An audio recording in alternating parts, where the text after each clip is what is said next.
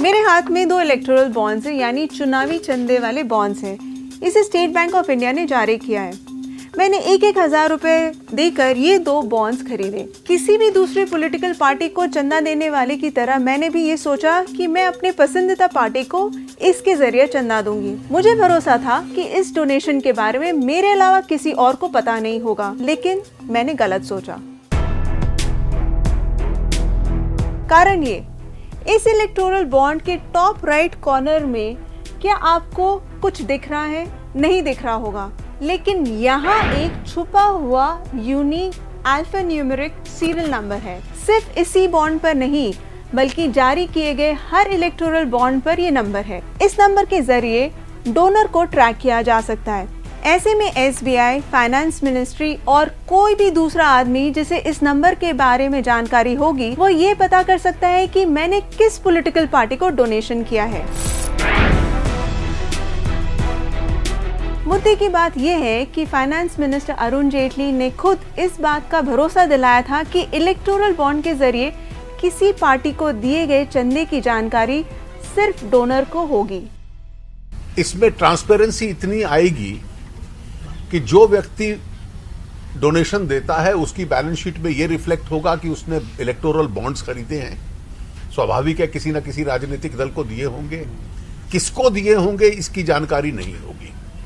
और हर political party अपने notified account में हर वर्ष कितने इलेक्टोरल बॉन्ड्स आए हैं उसकी रिटर्न इलेक्शन कमीशन के सामने भरेगी।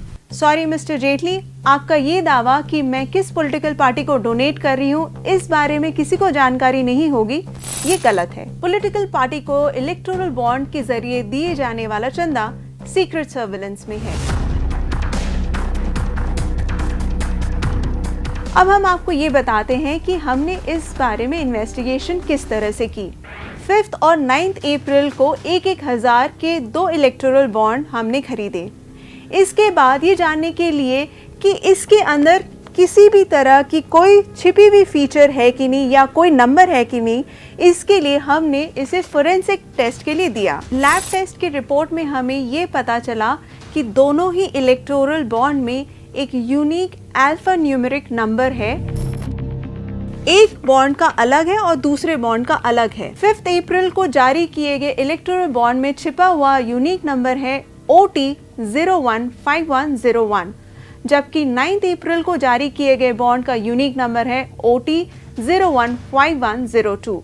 लैब रिपोर्ट के मुताबिक ये सीरियल नंबर सिर्फ अल्ट्रावायलेट लाइट के अंदर ही दिख सकता है। इन सब चीजों का मतलब क्या है? क्या ये सरकार बिग ब्रदर की तरह व्यवहार कर रही है? ऐसे में सरकार के लिए हमारे मन में कुछ सवाल उठते हैं। क्या राजनीतिक दलों को इलेक्टोरल बॉन्ड में छिपे हुए अल्फान्यूमेरिक नंबर के बारे में जानकारी है? क्या चुनाव आयोग को इलेक्टोरल बॉन्ड पर छिपे हुए इस यूनिक नंबर के बारे में जानकारी है? आम लोगों और बॉन्ड के खरीदारों के लिए ये खुलासा क्यों नहीं किया गया? चौथा और अहम सवाल, क्या ये चुनावी चंदा देने वाले लोगों पर निगरानी नहीं है? पूरी तरह ये अवैध नहीं है? और कुछ सवाल स्टेट बैंक ऑफ इंडिया के लिए भी। क्या SBI को इलेक्टोरल बॉन्ड पर छिपे हुए अल्फान्यूमेरिक सीरियल नंबर के बारे में पता नहीं? क्या वो इन नंबरों को किसी भी सरकारी एजेंसी या डिपार्टमेंट के सामने जारी करने के लिए बाध्य है? क्या SBI इन नंबरों को रिकॉर्ड करता है? इन सवालों का पहला जवाब है हमारे पास।